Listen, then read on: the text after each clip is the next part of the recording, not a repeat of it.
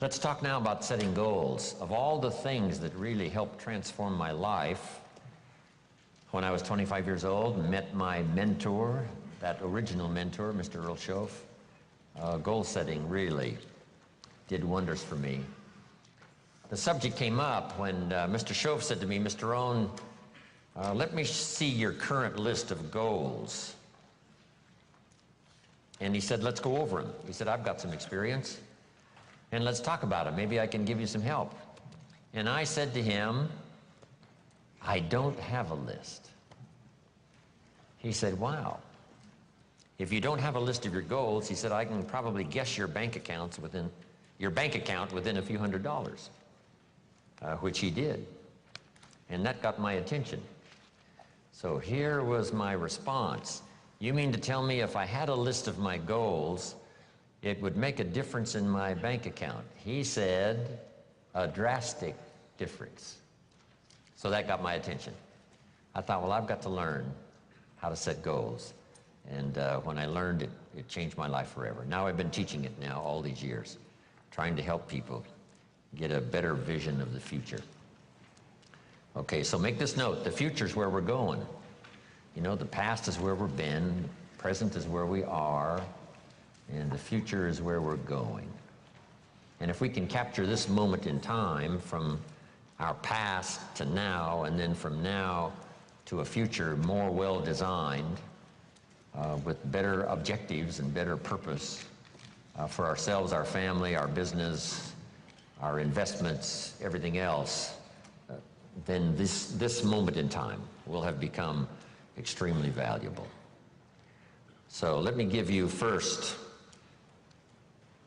what really affects us all. Number one, we're affected by the environment in which we live. We're affected by the physical environment. I was challenged way back in those early days, why not make the environment better everywhere you go?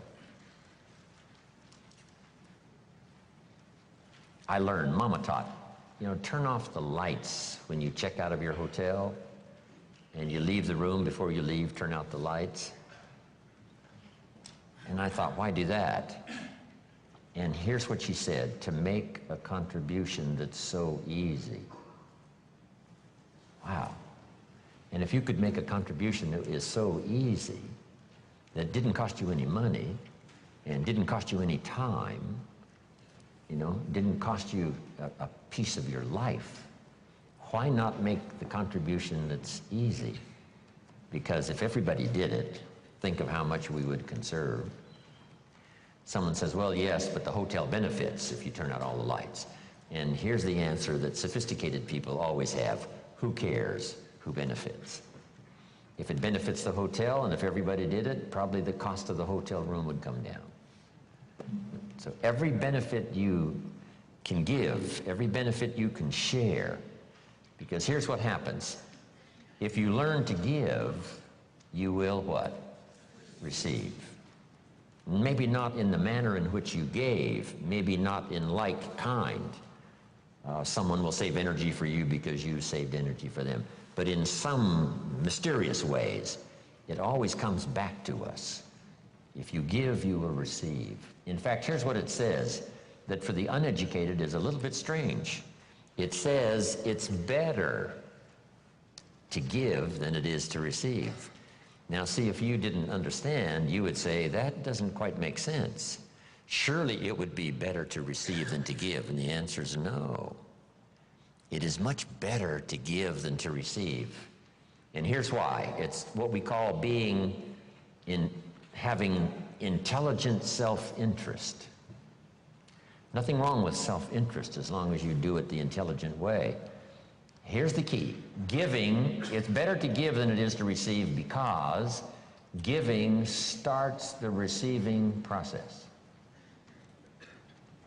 So to act intelligently in your own self-interest, which is good, it's much better to give than it is to receive. Because if all you do is receive, that may be very limited. But if you give, and giving starts the receiving process coming your way from unknown resources and from unknown places. Back it comes around to you because you became a giver. That's one of the unique mysteries of life. We give to receive, and it's better to give than it is to receive. So that's what Mama said. Turn out the lights, make a contribution. Why not make the easy ones? Here's what else. We talked about it at our lunch break today to those who were there. It raises your self-esteem, plus your self-respect, that you do things that the average person doesn't do. Maybe if they were taught, they would. Maybe if somebody mentioned it, they would. But it's easy for most everybody to just go on their way, and if they're not interrupted by a good idea that says, hey, it's so easy to make a contribution, this one would be easy. Turn out the lights when you leave the hotel room and make a contribution. That's interesting. Next is the phrase, in terms of environment, always leave something better than you found it. I talked to a man one time who rented out a long list of apartments. And he said, Mr. Rohn, you wouldn't believe it, but when somebody rents an apartment, they usually leave it worse than when they rented it. I said, you've got to be kidding. He said, no. A high percentage of people leave it trashed. If they stay 6 months or stay 1 year, they leave it trashed. Not just not better, but trashed. I said, that's impossible. Why would anyone do that? Mama said to me, no, leave it what? Better than you found it. See, that's just a commitment to your own self-esteem. And why not do it if it makes a contribution to your self-esteem? It's called intelligent self-interest. Intelligent self-interest.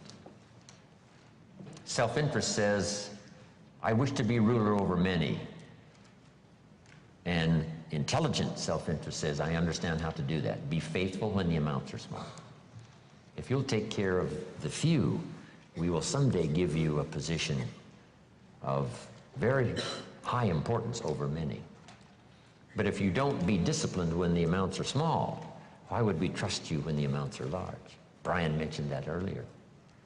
Why would life give you a fortune to manage if you couldn't manage the gifts of a few? Interesting philosophy to consider, okay? Your own self-interest. Leave the contribution.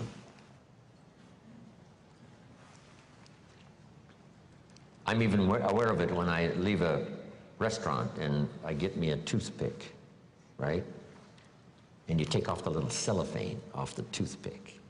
It's easy to throw it by the cash register, right, or somewhere where it looks like other people have done the same. Mama said, put it in your pocket. Somebody says, wow, a little piece of cellophane, what difference does it make? It doesn't make that much difference, only in your self-respect. Take your trash home and deposit it. How much does it cost to clean up the trash on the highways in America? Mega, mega, mega millions. Wouldn't people take home their own trash and deposit it there rather than scatter it on the highways across America? And the answer is most people do not. It's so easy to throw it out the window. But now, add this, it's so easy to keep it in your car and have a few more points in your favor on self-esteem, feeling good about yourself, doing things that most people don't do. If everybody did it, what a different country we would have.